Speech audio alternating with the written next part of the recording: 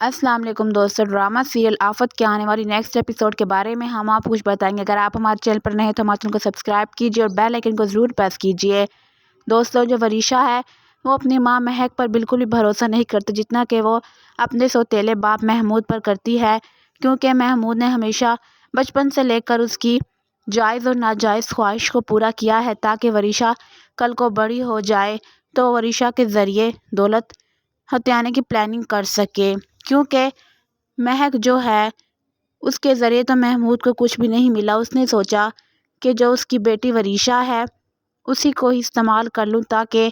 مجھے کچھ نہ کچھ مل جائے۔ اسی وجہ سے جو محمود ہوتا ہے وہ وریشا کو بھڑکانے کی کوشش کرتا ہے، وریشا سے کہتا ہے دیکھو تمہاری ماں نے ہمیشہ تمہارے لیے ان سے لڑائی کی اور انہیں ہر چیز کی قربانی دی، صرف تمہارے لیے تمہاری ماں اس حال تک پہنچی ہے، اور اب تمہاری باری ہے کہ تم اپنی ماں کے سارے احسانات کا بدلہ جھکا دو۔ تمہارے جو دادا جان ہیں اس نے تمہارا حصہ کھایا ہے، تمہیں اپنے حق کے لیے خود لڑنا پڑے گا، یہ جنگ تمہیں اکیلے ہی لڑنی ہوگی۔ محمود جو ہوتا ہے وہ پوری پلاننگ کے ساتھ وریشا کو بھڑکاتا ہے اور وریشا کے ذہن میں یہ ساری باتیں بیٹھ جاتی ہیں اور وریشا یہ باتیں اپنی ماں کو بتاتی ہے اور دونوں ماں بیٹی ایک پلاننگ کے ساتھ گھر واپس جاتی ہیں۔ تو وہاں پہ جو سین ہوتا ہے وہ یہ لوگ دیکھ کر بہت زیادہ حیران ہو جاتی ہیں، کیونکہ وہاں پہ شفا اور وہاج کی منگنی ہو رہی ہوتی ہے۔ جیسے ہی وہاج شفا کو انگوٹھی پہنانے لگتا ہے تو وہاں پر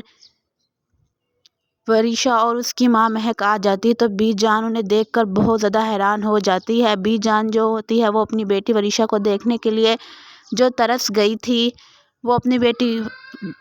اپنی پوتی وریشا کو دیکھ کر بہت ہی زیادہ خوش ہوتی ہے، اور وہاج اور باقی سب لوگ وہاں پہ بہت زیادہ حیران ہوتے ہیں، کیونکہ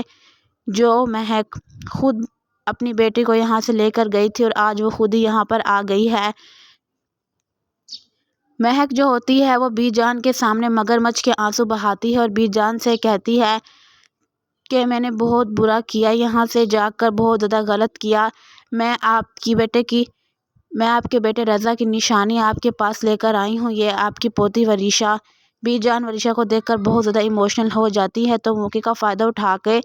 جو مہک ہوتی ہے وہ بی جان سے کہتی ہے کہ جو محمود ہے وہ میری بیٹی کا رشتہ اپنے آوارہ اور نکھٹو بھانجے سے کرنا چاہتا ہے۔ آپ خود بتائیں میں کیسے اپنی اتنی پیاری سی بیٹی کا ہاتھ محمود کے ہاتھ میں دے دوں،